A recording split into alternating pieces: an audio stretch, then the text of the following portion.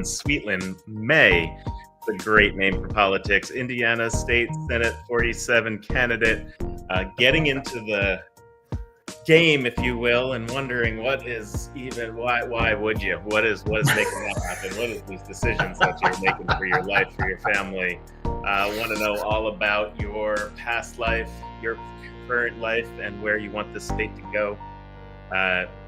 Ethan, welcome. Tell me what's on your mind. Tell me all about yourself. Yeah, dude, thank you so much for having me on. I've been following Project Next for a little while now. I love what you guys are doing here. It's really, really encouraging to see local media projects like this come up and help spread awareness and get people engaged, because we are at the end of the list for voter turnout as a state? I know we're so interestingly, we are 50th in voter turnout here in Indiana on off-year elections. We were somewhere in the low 40s, even 40th on the Trump election. There was some motivation to get out that happened.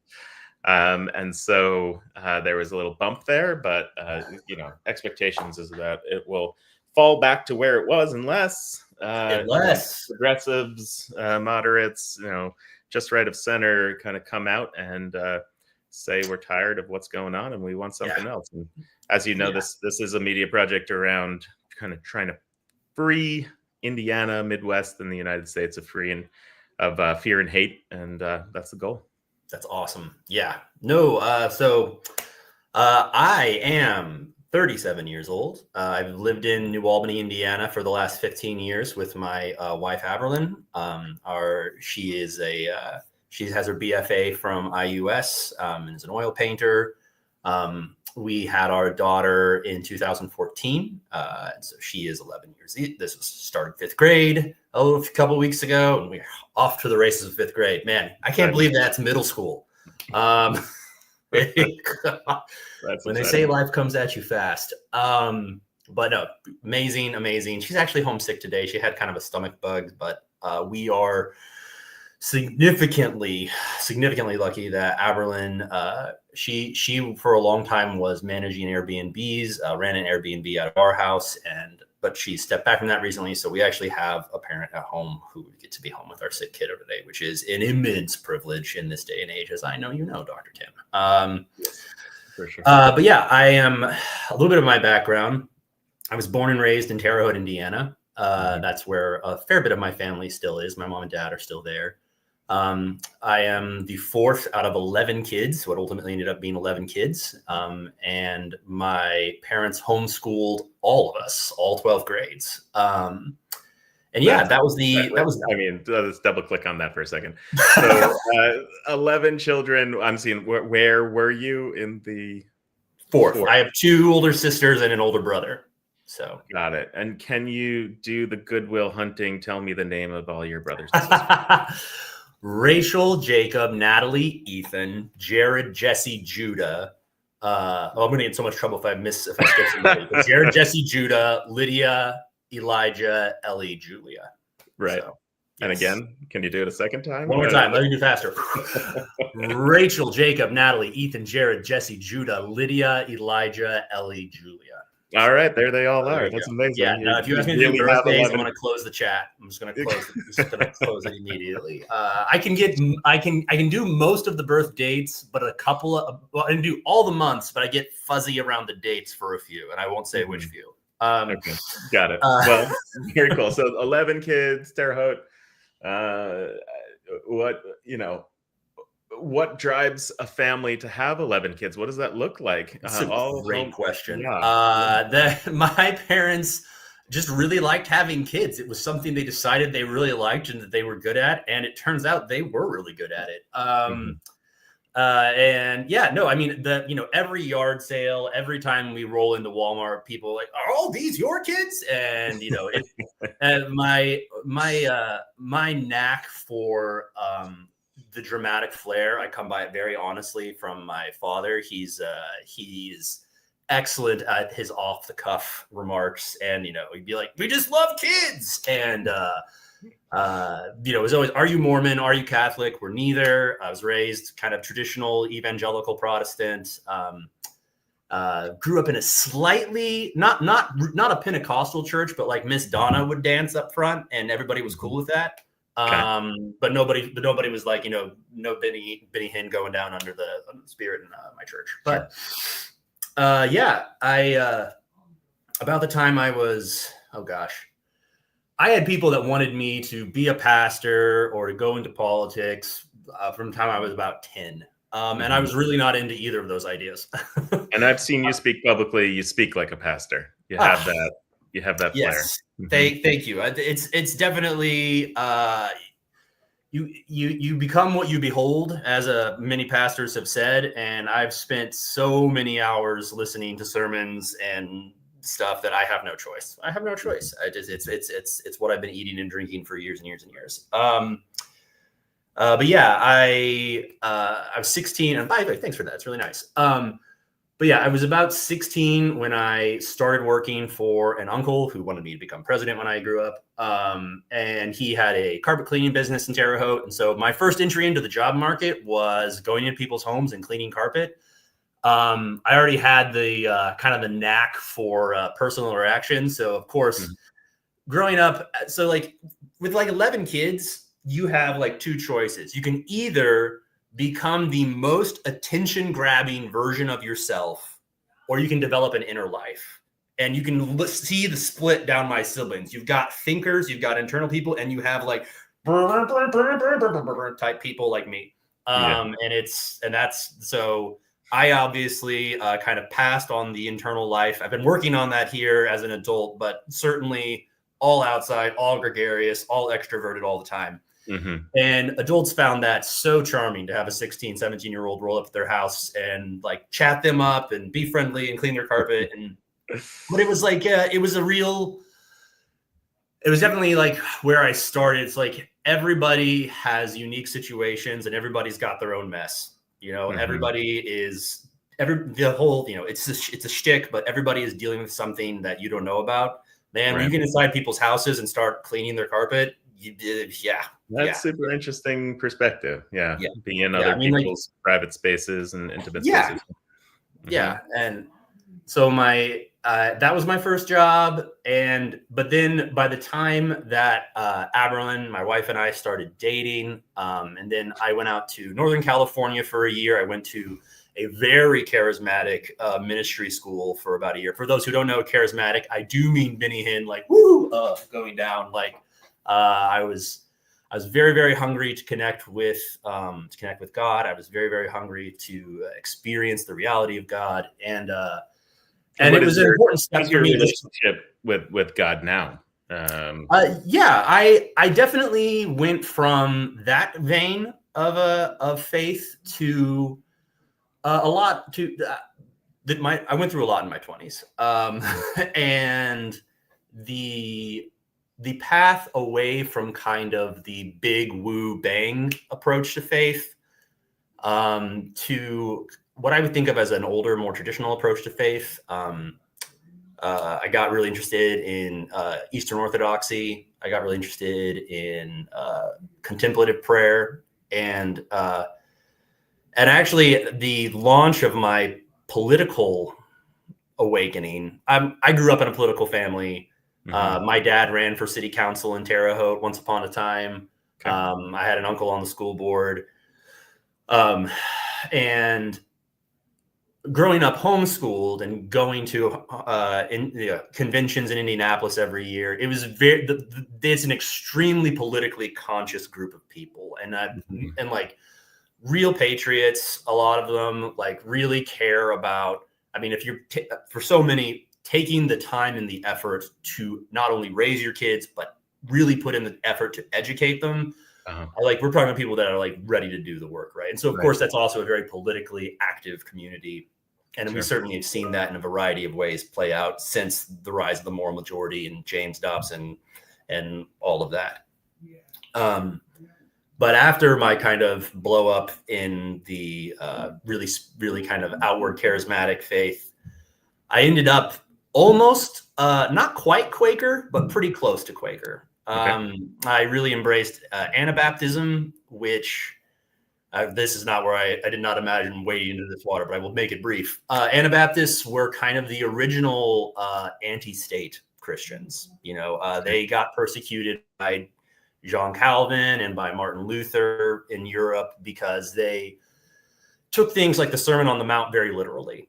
So that includes nonviolence, obviously a super high virtue for Quakerism and Anabaptist traditions in general. And I was very much in that vein as well. And another big one is, Matthew 6 says, don't take any oaths. And they took that very literally. So you can't say the Pledge of Allegiance. You can't take an oath of office. Anything beyond yes, yes, and no, no comes from the evil one, right? Okay. And so that was actually where the space I was in 2016. I had kind of gone on a journey, both politically and spiritually, to a point where it's like, the Quakers were the first like group to fully embrace abolitionism in the United States, right? Okay. They were the first group I can't remember his name off the top of my head. I wish I could, but it was one guy who became convicted that slavery was wrong. It was just, there was no way as a Quaker to embrace slavery. Right. And he went from meeting house to meeting house to meeting house and persuaded the Quakers to renounce and give up slavery in the United States. Mm-hmm. And I found that so inspiring. And that was very much kind of the political model I had at the time. Right. And like head into 2016, I was like, we got to build community. We have to like get over this left right divide, this never ending two-headed, two sides of the same coin, two wings of the same bird, blah, blah, blah, blah, blah. Right. I was very conscious headed into 2016 of the differences between Hillary Clinton and Donald Trump. And I, as a person, didn't think it was possible that Donald Trump was going to get elected. I realized as he won the nomination, as he made progress, I was very much like, this is just not going to happen. America just not going to embrace this big guy that we know has such, like, even in my 20s, I was like, I know who Donald Trump is. Like, this is an objectively terrible person. I wouldn't trust him to watch my daughter, this is a very so I went to sleep on election night, not having voted because of my convictions, thinking that like America was going to trundle on and that America was going to keep doing what America's been doing for the last 20 years, last 30 years, until we got a really good community grassroots thing going where we love our neighbors and embrace the rejection and reject, injustice together. Right. Mm-hmm. And then I woke up and I looked over and Aberlin was looking at her phone and she was crying. Mm. And that was the moment that I realized that Donald Trump had won.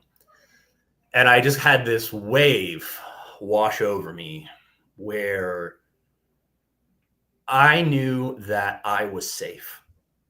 I'm 6'2". I'm a white guy. I live in Indiana. Not like it. By the time whatever is coming comes for me, like the world's gone.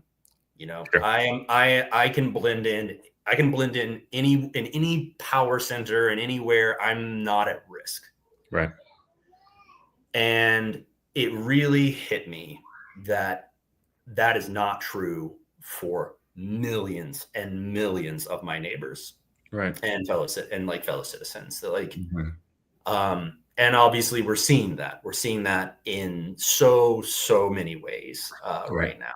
And so the story of big family, tight family, political family, homeschooled, dedicated to Christian faith, but also thinking about that faith and the historical roots of it in abolitionism, in the Quaker tradition, and leading to this moment in 2016 where you realize your own path is one that has been forged by others and gotten into this place where you're in a protected place, and then see that path no longer moving forward, but maybe taking a U-turn and saying, what do I do now? So what do you do? Well, Tim, I started reading. I mean, I've always been an avid reader. But at that time in 2016, I was working on, I worked on a garbage truck all over District 47 here for 11 years. Okay. Working on the back, driving it. I loved that job. Trash when I was 22 versus trash when I was 32 was not the same trash and not the same knees and shoulders and stuff.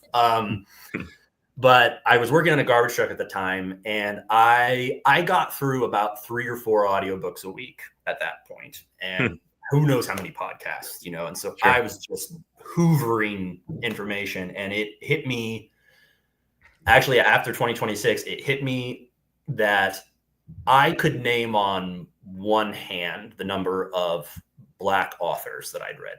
Like I was like, reading all this stuff, listening to all these podcasts. Who am I listening to? Who's forming my opinions about what really matters, about how important this social issue is, or this like criminal justice issue is? Mm-hmm. And in another embarrassing but vitalizing realization, I started reading and listening to our Black neighbors.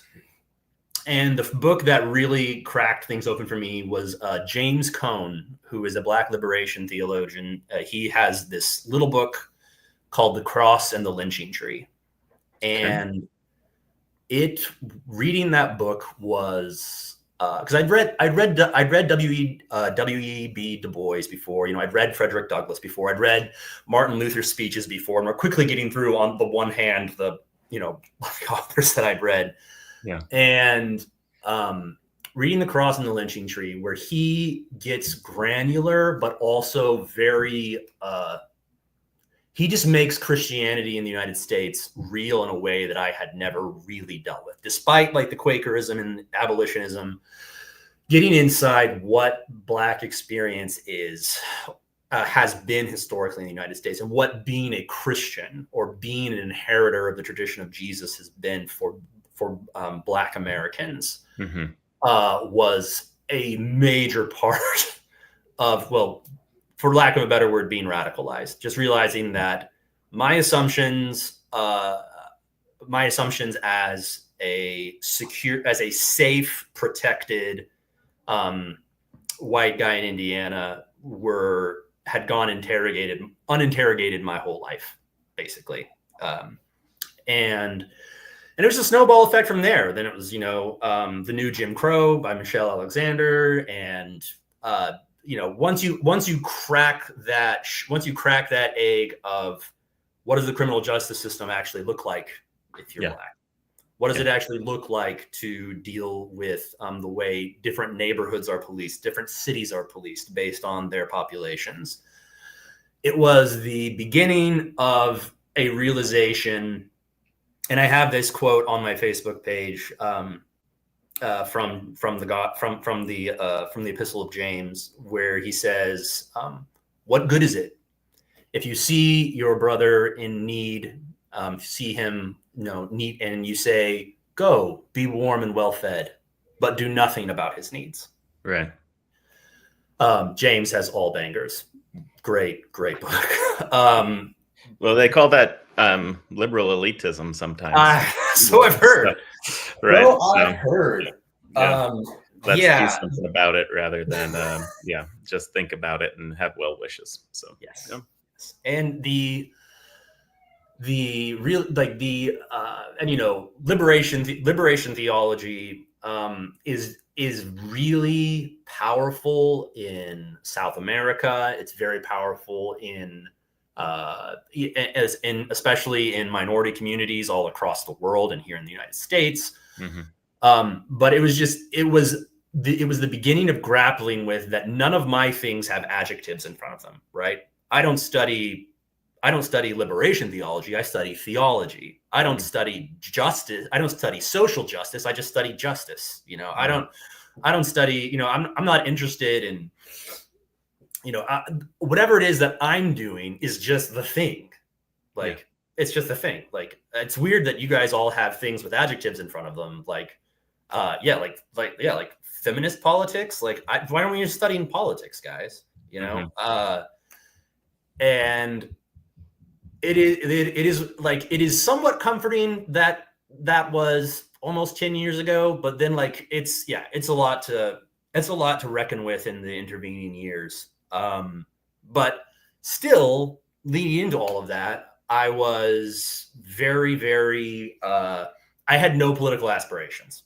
I had no plans to run for office. Yeah, how does that change happen? Where does that click happen? Well, I believe my friend Dan Cannon. Dan ran for the 9th district back in 2018. Yeah, I think he ran in 2018.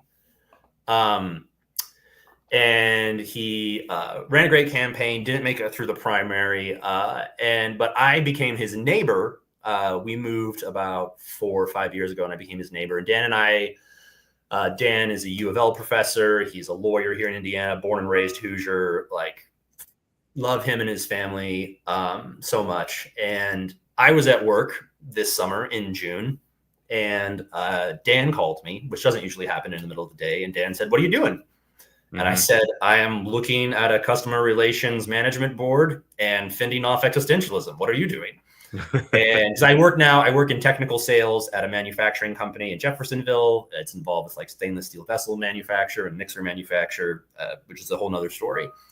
But he said, "Cool. Well, I'm going to hang up and text you a phone number, and you're going to call that number because Shelley Yoder, Senate Minority Leader in Indiana, is on the other end of that line, and she's expecting a call from you. She's going to convince you to run for state senate." And I believe my exact words were, "You son of a bitch." And he hung up and he texted me the number, and I did call, and it was in fact Leader Yoder. And she did in fact make a very compelling case why I should run for state senate.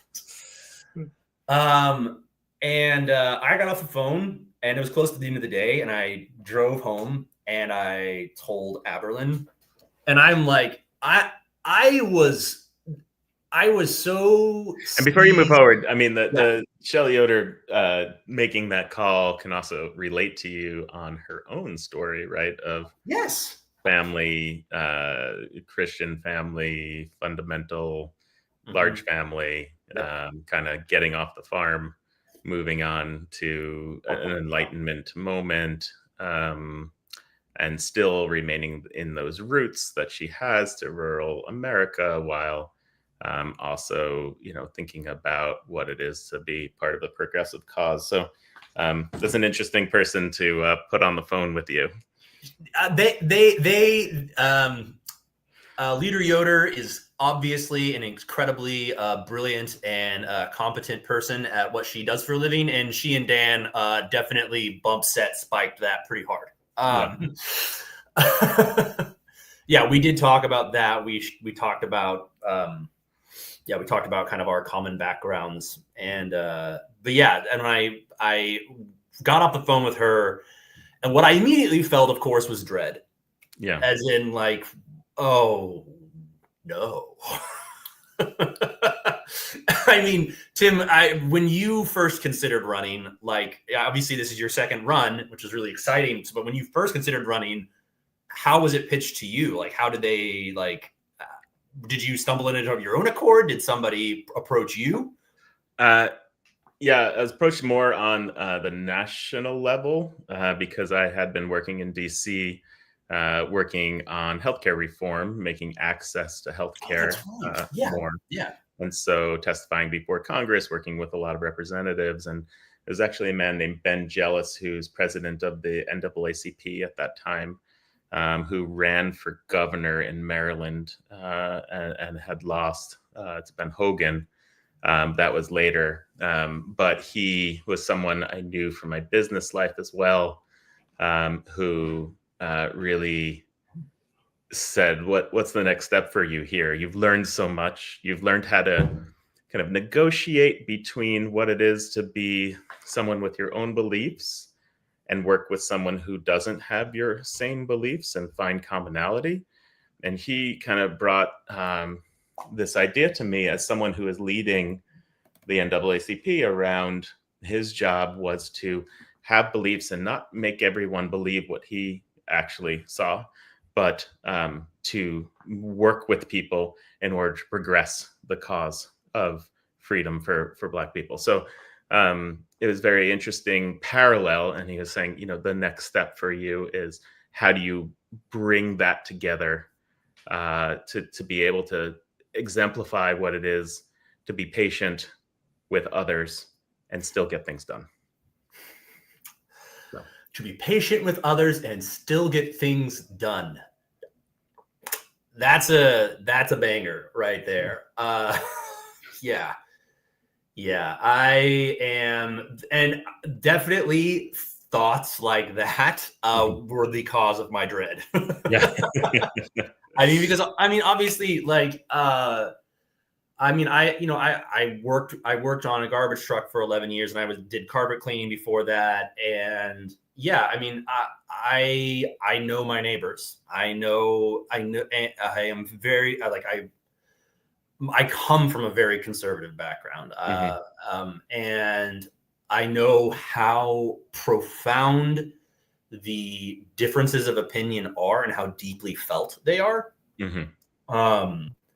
And how hard it can be just to start a conversation that begins bridging the gap. Because, it can be as simple as like, oh, you're a liberal, and that's the end of it. Boom, door down. Which is, of course, how polarization works. And vice versa, by the way. And vice versa. Yes, exactly. Yes, absolutely. Oh, you voted for Trump? Done. No more conversation. And it just, but like, especially speaking to a progressive crowd, like, a meme that gets put around a lot is like, you have so much more in common with the person who is unhoused than you do with a billionaire. You are so much closer to an unhoused, somebody who's been kicked out of their housing than you are to, somebody who owns like 50 houses. Likewise, so much closer to somebody who voted for Trump than like, demographically, we are so, I'm not going to say that out loud. We are so much closer to my neighbor down the street than I am to, New York liberals. Like I know who these people are. So anyway, that was very much top of mind as I went home and told Aberlin what had happened and the phone calls that had happened. I texted her right away, giving her so that she knew what was coming. And Aberlin and our daughter Eve were literally like starting a dance party when I came through the front door. Like we had Chapel Roan going on the Sonos, and they were like, "You have to do this." HOTTOT. I'm not doing it right.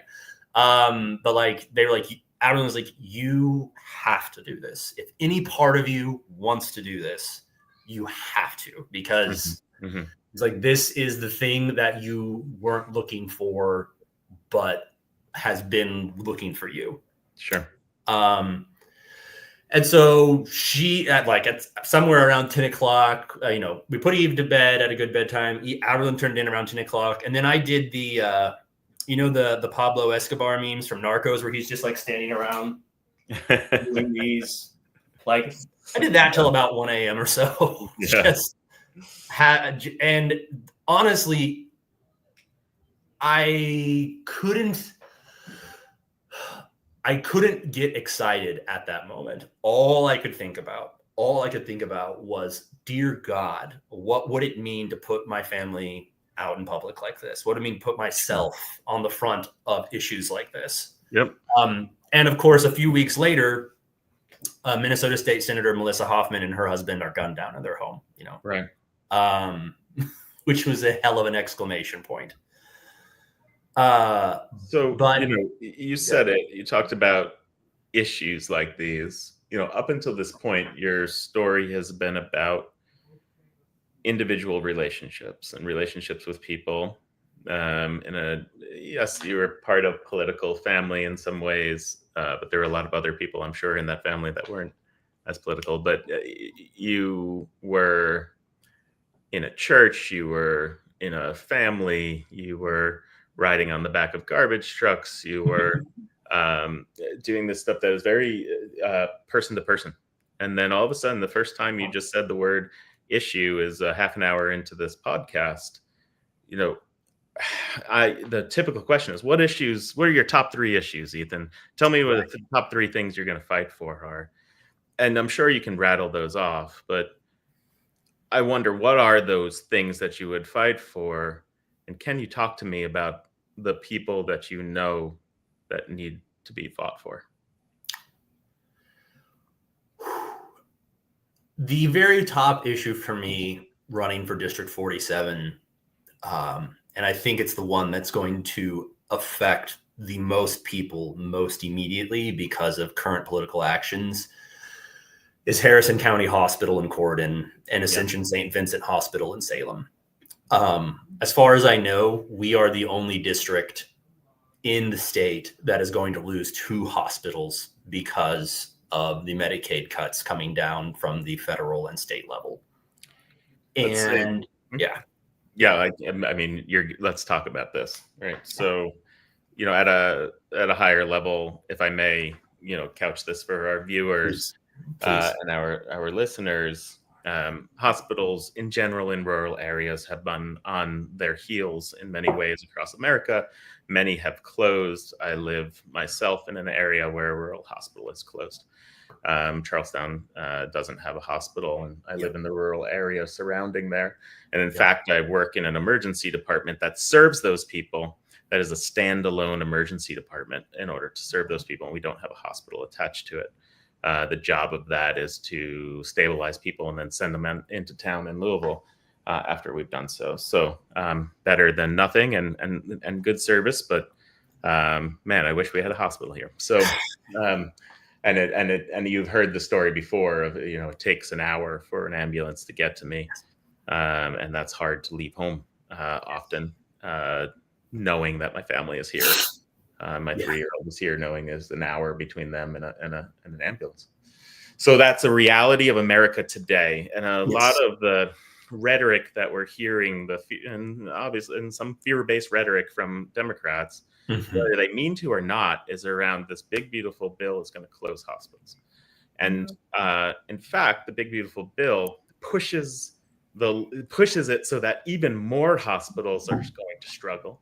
And some of them who are already struggling, who have maybe a margin of +1%, +2%, or a negative margin like Harrison Hospital does, who have been already cutting services. So Harrison Hospital, and I'm got people as in Harrison Hospital executives, others telling me, stop fear mongering. I say this more truthfully. Harrison Hospital doesn't have an OB program. Yes. Right? They've already cut services. Ascension in North Vernon, which is another hospital which is on the outs because of the current situation, and will be only pushed further, doesn't have security in their hospital. They cut security, and they call 911 when there's a behavioral emergency, right? When a little old lady who is sick and delirious and flailing around, the nurses aren't safe, but call police for that, right? This is a misappropriation of public funds. Great example of how cutting here costs more here. You're making senseless cuts. Yes, cutting costs. I'm not throwing that at St. Vincent. I mean, at the higher level, when you defund things like this, and you're still going to pull strain on already strained things like the police. Yeah, blatant cutting costs, right? Yes. Surgical cutting can save. Yes. So it's that easy. And so, you have these hospitals that are there. Then the big, beautiful bill, what it does is cuts a couple things. One is Medicaid for millions of people, tens of millions of people.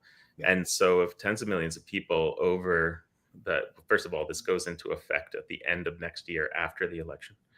When this goes into effect, people lose Medicaid, and that you lose 1, 2, 3, 10% of your margin. what are you going to do? You have to figure out a different way to run your business, Yes. which means cutting more services, or perhaps selling your hospital to a larger system. Harrison Hospital can sell to Norton or Baptist to be able to make it so that when they have you in their hospital, they transfer you when you are profitable to them to the Louisville hospital so that they can make more money. And that becomes a loss leader is what it's called, where you're capturing patients in order to send them to be profitable elsewhere, but the hospital itself might become unprofitable. That's one way Harrison can move forward. Salem, less likely to have, because it's even a little further. Maybe the IU system does that and brings them into Bloomington, but Bloomington and Bedford are already struggling themselves. So Harrison Hospital and Salem Hospital are in dire straits. Let me add one more thing before you go, which is the big, beautiful bill also cuts Medicare.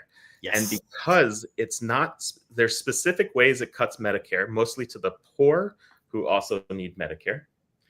Who are on Medicaid and Medicare. The Medicare programs that cover the prescription drugs, or even more so the extra fees that everyone has to pay around Medicare. It cuts those for, we have coverage for people who are below the poverty level, so they don't have to pay those extra fees for Medicare. Now they won't. Yeah. All right, so that's one cut to Medicare. The other cut to Medicare is just the amount of payments. The largeness of the payments for the same services is going to go down. The reimbursement, because of the way the budget works. All right. Yes. And so that it will go down. So instead of getting $1, you're going to get 90 cents for the service that, your doctor will only get $0.90 instead of $1. Yes. Which makes it less profitable to treat people, maybe not profitable at all, again, hurting the hospital and the system. And so then maybe Harrison Hospital can survive by giving itself over to one of these larger systems. But now when you cut even more out of their budget, and these patients are not even profitable when you bring them into Louisville to treat them, now you got a situation where it's like Charlestown Hospital. How are you ever going to open one here? Right. Where does hospital go in Salem and Harrison? So, I would love to talk to the CEO or other board members about what they're going to do about that, which is about as fact-based as I can get. So there you go, just laying out the problem that's going on in your district, and which is also mine. But please, your thoughts, the people that that are dealing with this and may or may not know the situation in front of them. Yes, and I mean that's what right now. I have been running for a month, and I've been talking to a lot of people. And first of all, I have found that, of course, there is a great deal of confusion, a great deal of misunderstanding. And to your point, saying that like the hospitals are going to be closed is a generalization to the point of not necessarily being helpful. It is much more helpful to break it down like you just did. But that the upshot is lower reimbursements from federal and state programs is going to hit our local hospitals where it hurts. And it's going to be it's going to be very, very hard. And if they can't, they'll close. If they can't, they'll close. And I mean, I was talking to a neighbor and a friend of mine, Miss Whitney, and she was talking about she was born and raised in Salem. She was born in that hospital, and she was talking about how it's already, in her words, it's already a Band-Aid station. It's already a way to just get people by, and if it's something really serious, they got to get them to Louisville. And her mother went into Salem about a year or 2 years ago, and was having heart problems, and it was more than what they could handle at their facility. And so they put her in an ambulance and started the hour drive to Louisville. And she went into cardiac arrest as they approached Clarksville. They pulled over and tried to resuscitate her, and they lost her. And that's with the hospital in Salem. Mm-hmm. Like that's with getting some stabilization and into an ambulance. And when you think about what, like, we know rural Indiana is hurting. We know that populations are continuing to decline in small towns. Investment is declining in small towns.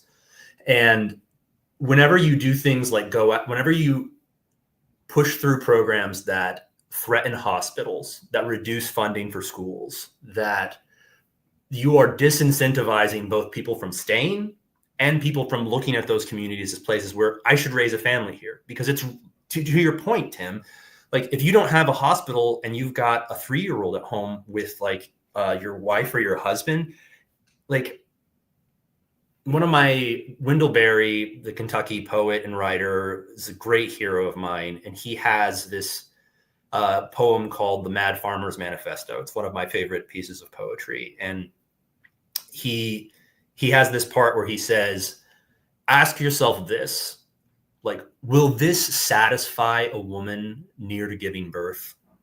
Will this disturb the sleep of a woman who wants to bear a child? And in terms of a policy platform, it's a hell of a question. It's like, what are we doing here? Are we building a world? Are we putting in the things in our communities that make people be like, yes, I will sleep easier because of this. Yes. A soon to be mother is that much more at peace and hopeful, looking to start a family, to have children.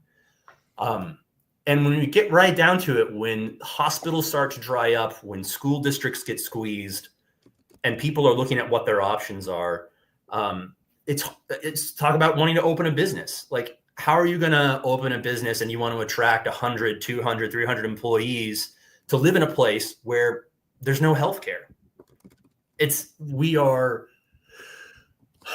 I fear that we are not taking seriously what small communities need to thrive and be successful and draw people to live in beautiful places like Salem and Corydon, like places where people are proud to be from.